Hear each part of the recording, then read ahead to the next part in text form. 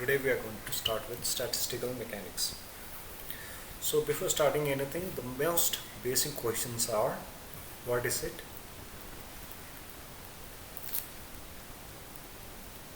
And why? Why do we need it?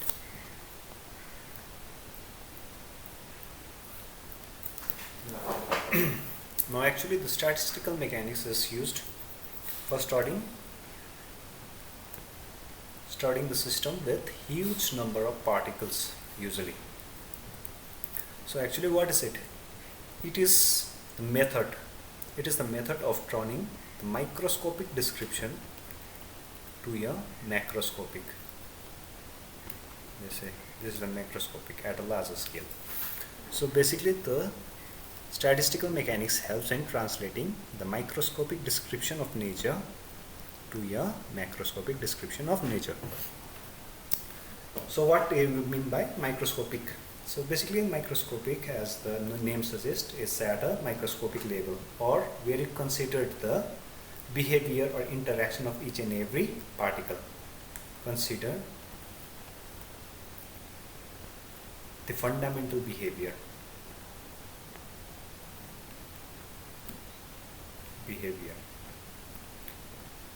And here macroscopic means as a whole, the whole system is here macroscopic. So why do we need it? Why do we need?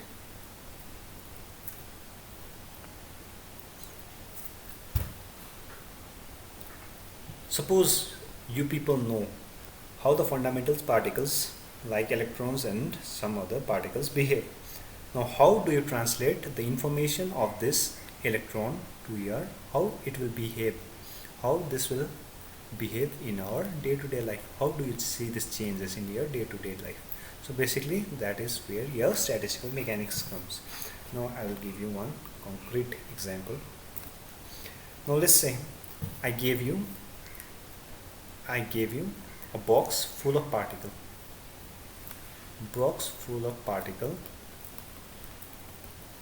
of about the range of number of particle about the range of 10 to the power 23 number of particles.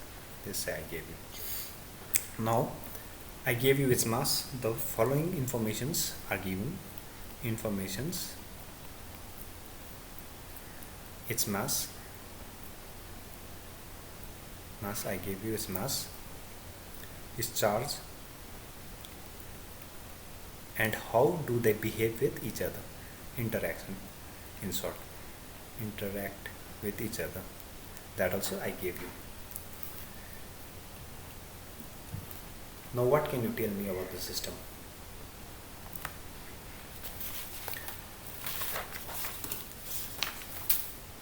The way how you can start is, basically how do everyone start is by considering what? By writing the equation of motion for each and every particle. For each and every particle which is inside the box, we try to write its equation of motion.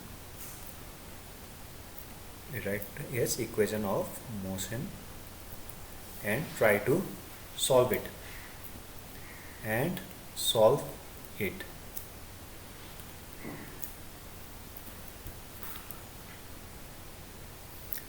Now for a given any state, the state of a system, state of the particle, of this particle is defined by, actually is defined by a point in a phase space of momentum, and this is 6-dimensional. Here this is just a 2-dimensional plane for a 2-dimensional problem, for a 1-dimensional problem, sorry.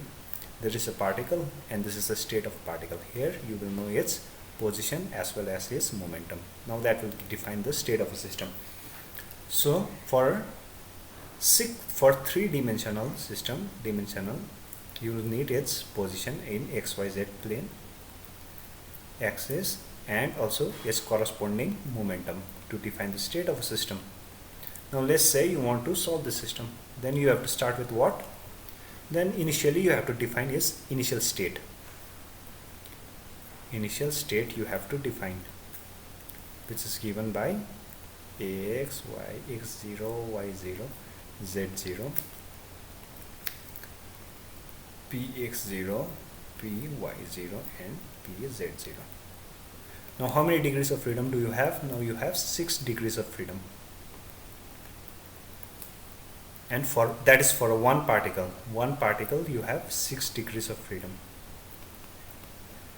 For 10 to the power 23 number of particle, you will have 6 times 10 to the power 23 degrees of freedom. Now you have to define this number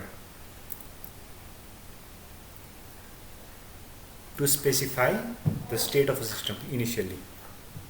Now let's say you type, or your system or your computer, you put this in a computer, and your computer can input or register how many amount of number. In 1 second it registers how many number? 10 to the power 6 numbers. Okay, so for one number can be registered in second. 1 divided by 10 to the power 6, 10 to the power minus 6 second, one number. For 6 into 10 to the power 23 numbers, how long it will take? 6 into 10 to the power 23 times 10 to the power minus 6 seconds, which will be roughly 6 into 10 to the power 17 seconds. Now when you convert this into year, it will come around 6 into 10 to the power 17 seconds. 6 into 10 to the power 17 seconds will be equal to how many? Should be 10 to the power 10 years. 10 to the power 10 years. 1.9 into 10 to the power 10 years.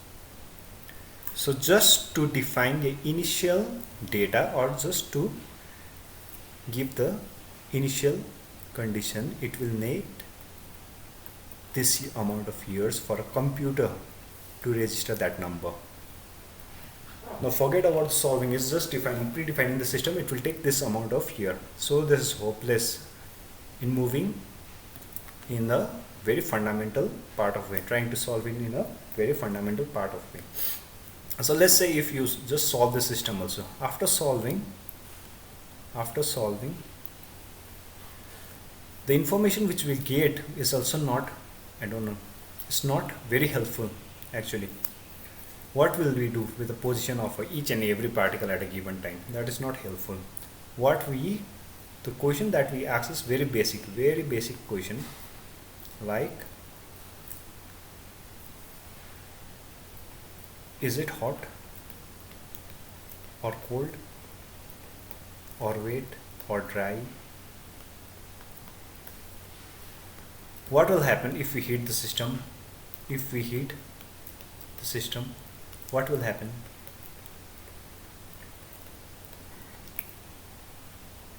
Now it's not possible for us to move in a direction, just like solving a Hamiltonian and solving the equation of motion. So it's not possible. So in this respect, to address this kind of problem, what we need statistical mechanics.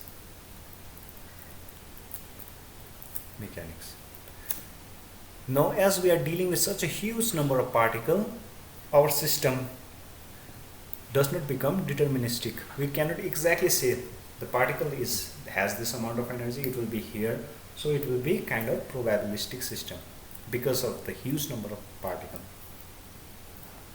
Probabilistic system, it will be. Statistical mechanics is here probabilistic system, where we can only talk about averages, so on and so forth. So this is where your statistical mechanics and your classical mechanics part their way. They move in their own direction. So basically statistical mechanics is the study of statistical mechanics is the study of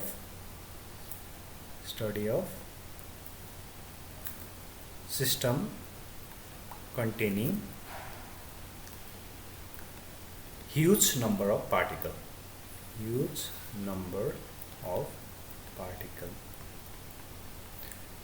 One thing why I use that number 10 to the power 23 is because it comes from a Avogadro's number. Basically 1 mole of gas contains roughly about of a power order of 10 to the power 23 number of particles. Just 1 mole of gas. Okay, so thank you, that's much for today. So tomorrow we are going to start with probability.